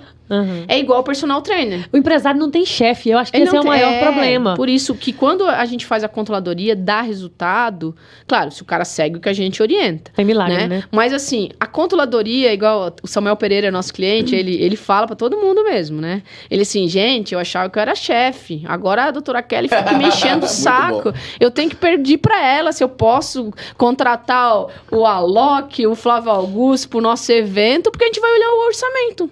Não tem nada disso. E aí a gente vai dizer, porque orçamento, ele não brota dinheiro, né? Assim, se eu vou gastar mais nisso que não estava orçado, de onde eu vou tirar? Essa é a coisa. Matemática básica. Matemática básica. E outra coisa, até nisso, né? O pessoal acha que fazer finanças é complicado. Gente, finanças é saber somar, dividir, multiplicar e diminuir. É isso. E trazendo até um ponto legal que você falou aí, a respeito dessa questão de ter o DRE, que é competência, orçamento, planejamento para frente, e ter o DFC, que é fluxo de caixa. O empreendedor, que às vezes é menor, talvez ele não vai conseguir ainda ter esse controle aí da competência do DRE. Então, nesse caso, é melhor que ele siga com fluxo de caixa, né? Porque aí a chance de dar merda é menor, que ele vai estar vendo o real, isso o que entrou e o que saiu. E a conta dele é todo mês. Tá sobrando 15 ou tá sobrando 40, que ele quer que sobre, porque se ele não tiver gerando caixa, aí o negócio tá complicado. Porque às vezes ele pode ter tido uma reserva e ele hoje tá tranquilo. Tá pagando conta. Porque eu digo assim, bom gestor é aquele... O bom gestor financeiro é aquele que, quando tá na dificuldade, ele consegue... Se tá ruim, ele liga pro fornecedor, dá cara a tapa e diz, cara, não vou pagar hoje não. Mas posso te pagar daqui 3 dias. E paga, ele tem que ser isso. Mas esse é o cara gestor, né?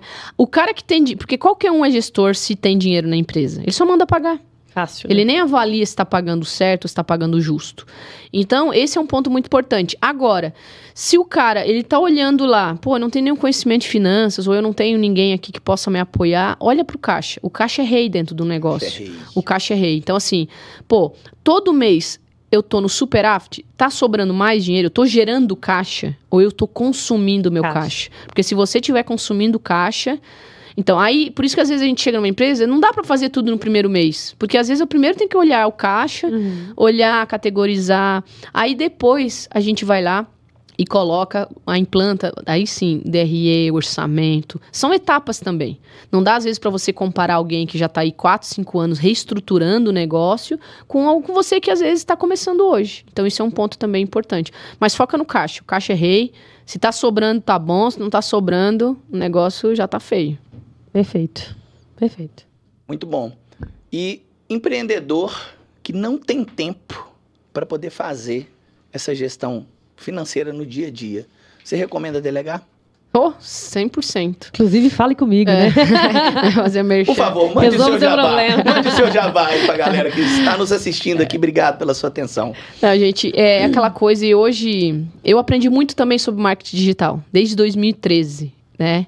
Mas hoje, se eu fosse começar hoje de novo, eu ia dizer, cara, contrata alguém que vai saber copy, que vai saber tráfego, que vai te economizar uns 5 a 10 anos da tua vida e você não vai precisar perder noites e noites para aprender tudo aquilo. Então, essa mesma referência eu faço para o financeiro. Então, assim, se o teu negócio não é uma empresa de investimentos que você precisa saber de financeiro, contrate alguém que saiba. Né? E por isso que a gente criou a nossa empresa na parte de BPO financeiro, para democratizar essa gestão financeira. Ou seja, se você for contratar um cara bom de finanças, no mínimo, assim, se for um operacional, um analista, vai te custar próximo dos 5 mil. Porque aí vai ser uns 2 e pouco, 3, e no final vai ter imposto, vai ter encargo, imposto, vai ter encargo, e vai te custar isso. Mas se for contratar um controller, um cara foda mesmo, ele não vai te cobrar menos que 10 pau. Porque quem aceitar trabalhar para ti, no financeiro, como analista, por menos de 3 mil, o cara já não é bom. Então, às vezes, você vai pegar um estagiário, ou você vai perder o seu tempo lançando em sistema, ao invés de você ficar lá vendendo ou fazendo uma copy, porque você é bom mesmo, é em copy, é em vendas. Então, é muito melhor você pagar alguém. E o que a gente fez através do BPO e da controladoria, que você pode terceirizar isso? É eu poder entregar para aquele cara, ao invés de cobrar 5 mil para ele, cobrar 2. E só que eu estou entregando o cara que às vezes vale quase 10 para ele. Porque essa pessoa, ela também consegue da casa dela, com muito mais conforto, mais coisa, atender esse profissional e poder atender outro. Porque ela tem um processo tão organizado que ela consegue atender mais. Então a gente conseguiu equilibrar que a quem trabalha recebe pelo que ela vale, e quem recebe o serviço receba um valor justo que ele também teria condições de pagar. Né? Então, assim, eu acredito que eu vou conseguir atender a minha missão, que é diminuir a mortalidade das empresas e democratizar a gestão financeira aí no Brasil.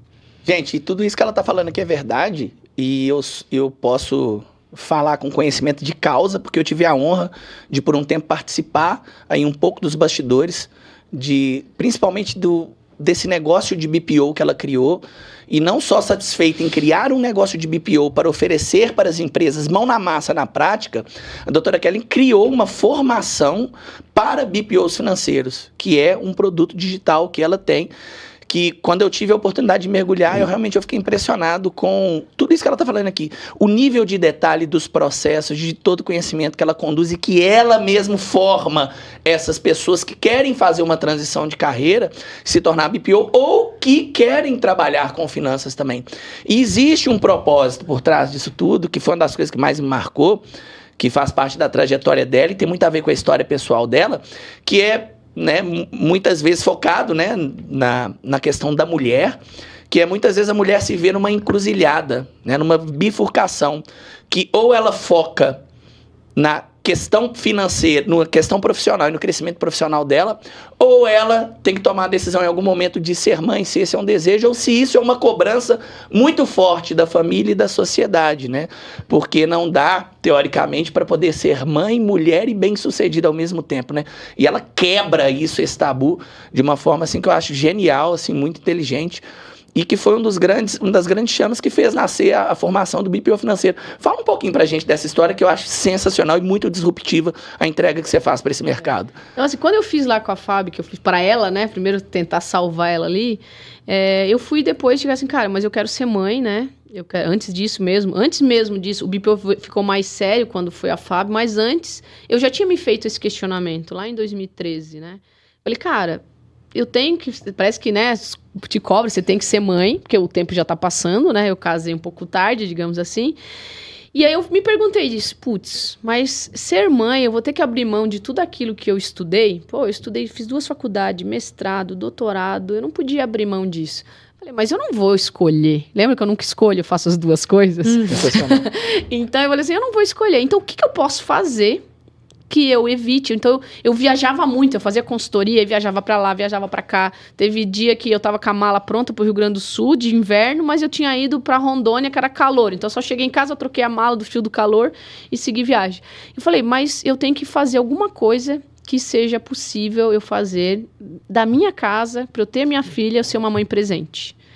Então, porque eu via aquelas coisas assim, a mulher era super bem sucedida e tava o filho médico, família na família, né? Daí eu falo, pô, cara, não pode ser assim, mas eu também não posso viver só à custa do meu marido, né? E tá tudo certo, quem vive tá feliz, gente, eu não sou contra isso também. Quem também tá lá é escolha, CEO, né? Tá tudo certo. é CEO e ele tá a filha lá com a babá, muito bem, mas eu não me sentia bem com isso, é um incômodo comigo, né? Até porque eu fui criada, minha mãe sempre trabalhou fora, e eu não tenho trauma nenhum, porque minha mãe trabalhou fora a vida inteira, né? Sou super, super de boa em relação a isso. Pra mim, acho que ela foi o exemplo, eu queria ser igual a ela, né? E aí, o que acontece? Eu peguei e falei, cara, eu vou fazer as 2 coisas. E foi onde eu comecei, então, a pensar no meu modelo de trabalho. Então, quando eu fazia consultoria, eu dizia pro cara, você quer que eu continue cuidando do teu financeiro? Só que assim, para ser mais em conta, até nas consultorias eu já começava a fazer isso. Eu não vou precisar vir aqui, porque tudo que eu preciso, eu tenho com a tecnologia permite isso. Então, eu sou daquela que eu fazia reunião no Skype, né? Hoje tem um Zoom, tem um Meet, então eu sou Se você não sabe o que é Skype... Então, para ver o tempo, né? Pro tempo que eu tô fazendo isso. Então, foi nessa escolha, né? De poder ficar, e foi onde eu fiz o BPO, e sem querer, eu digo, né? Sem querer, as pessoas começaram a ver que eu... E começaram a perguntar, mas o que é isso? O que é isso, né? E aí eu falei, cara, eu faço isso. Então, até então, eu tinha lá o rotinas financeiras, né? Aí alguém falou, mas você é BPO. É BPO mesmo. É isso mesmo. Daí eu mudei o nome e o negócio, né? Então, essa é o ponto, né? Então, foi pelas minhas filhas que eu realmente virei BPO, me tornei BPO. E hoje eu vivo de BPO. Né? Então, porque eu falo, o meu curso digital não é onde eu vivo. Eu vivo. Isso é uma coisa muito importante frisar nisso, porque é uma questão de propósito. Aqui tem uma questão de um negócio de propósito, né, doutora? Até uma vez eu comentei pra você, eu acho que eu vou abrir minha ONG, né, de treinamento. Eu lembro disso, Falei, eu acho que eu vou abrir a minha ONG de treinamento, porque hoje a minha fonte de renda, né, que me sustenta, é a minha prestação de serviço como BPO financeiro. Então, assim, o pessoal fala, né, o skin in the game, né? Eu tô ali com a pele, por isso que o meu treinamento todo ano muda, vou regravar ele todinho semana que vem, porque as coisas mudam, as tecnologias mudam, os sistemas mudam, então esse é um ponto e a nova versão aí, quem for meu aluno vai ter o benefício de fazer todo o treinamento, todo o seu curso já usando o Yuli. Então, é prática desde a primeira aula. Perfeito. E, doutora, sensacional. Mais alguma pergunta, Nath, que você queria fazer? Eu queria que você deixasse aí um recado, pra gente estar caminhando aqui pro encerramento do nosso podcast, e eu queria ficar aqui mais umas 4 horas conversando com essa mulher fantástica, que eu admiro tanto, que eu tenho tanto... Me sinto privilegiado por poder chamar de amiga também. Que recado que você deixa para essa galera que está empreendendo no mundo digital, seja aí vendendo seus cursos, suas mentorias, treinamentos, serviços, sobre essa questão da gestão financeira? Se você tivesse que dar um único recado com uma frase, o que você falaria para essa galera? Um só? Meu Deus. Pode dar mais de um, fica à vontade, é que você tem licença poética. Vamos lá. Acho que primeiro é você, para qualquer empreendedor, seja um digital ou tudo, é não comparar o seu bastidor com o palco do outro. Eu acho que por isso que muitas pessoas hoje são infelizes e tal, porque ela vê no Instagram todo mundo perfeito, mas a vida ela tem todas as suas dores que seria chato mostrar, né? É isso também. Mas por que não mostra? Porque é chato, gente. Tô trabalhando de madrugada, é chato mostrar. É muito melhor mostrar quando tá no resort, né? Então, é isso. Porque lá aquela coitada trabalhando, né? Mas é esse ponto. Então, esse é o primeiro ponto. Não compare esse palco, né, com com a parte com o bastidor. Porque eu tenho tempo também.